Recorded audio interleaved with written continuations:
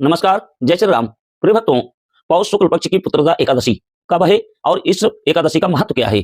पूजन का शुभ मुहूर्त एवं पारण का समय कब है? सनातन परंपरा में भगवान विष्णु की कृपा पाने के लिए एकादशी व्रत को सबसे उत्तम उपाय माना गया है।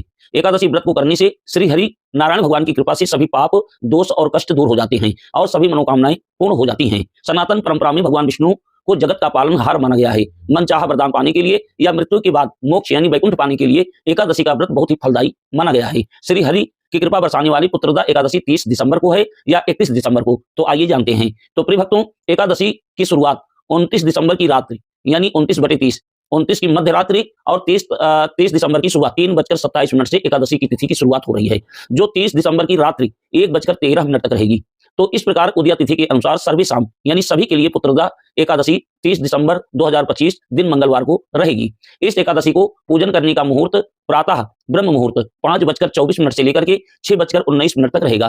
तो इसमें पूजन करने का सबसे अच्छा मुहूर्त है। प्रातः काल उठ करके ब्रह्म मुहूर्त से पहले उठे, नारायण भगवान श्री विष्णु का प्रार्थना करें, उनका ध्यान करके स्नान करके ब्रह्म मुहूर्त में भगवान संकल्प लेकर के एकादशी व्रत का प्रारंभ करना चाहिए। और अभिजित मुहूर्त दोपहर 12:03 से 12:44 तक रहेगा। तो अभिजित मुहूर्त में भी पूजन करने का बहुत बढ़िया शुभ मुहूर्त रहेगा। पूजन करने का विजय मुहूर्त यानी विजय मुहूर्त में अगर कोई चीज में विजय प्राप्ति करना चाहते हैं तो विजय मुहूर्त में दोपहर 2:07 से लेकर के 2:49 तक विजय मुहूर्त रहेगा। इसमें भी पूजन करने का विधान है। सायंकाल गोधूली का मुहूर्त 5:31 से लेकर के 5:59 तक गोधूली यानी सायंकाल का मुहूर्त रहेगा। तो व्रत का पारण 31 दिसंबर को सुबह 7:14 से लेकर के 9 बजे के अंदर पारण कर लेना है। प्रिय भक्तों, सुबह एकादशी का व्रत करने से पुत्र की उन्नति होती है। पुत्रदा एकादशी का व्रत करने से पुत्र की उन्नति होती है। इस दिन दान करने का बहुत विशेष महत्व है।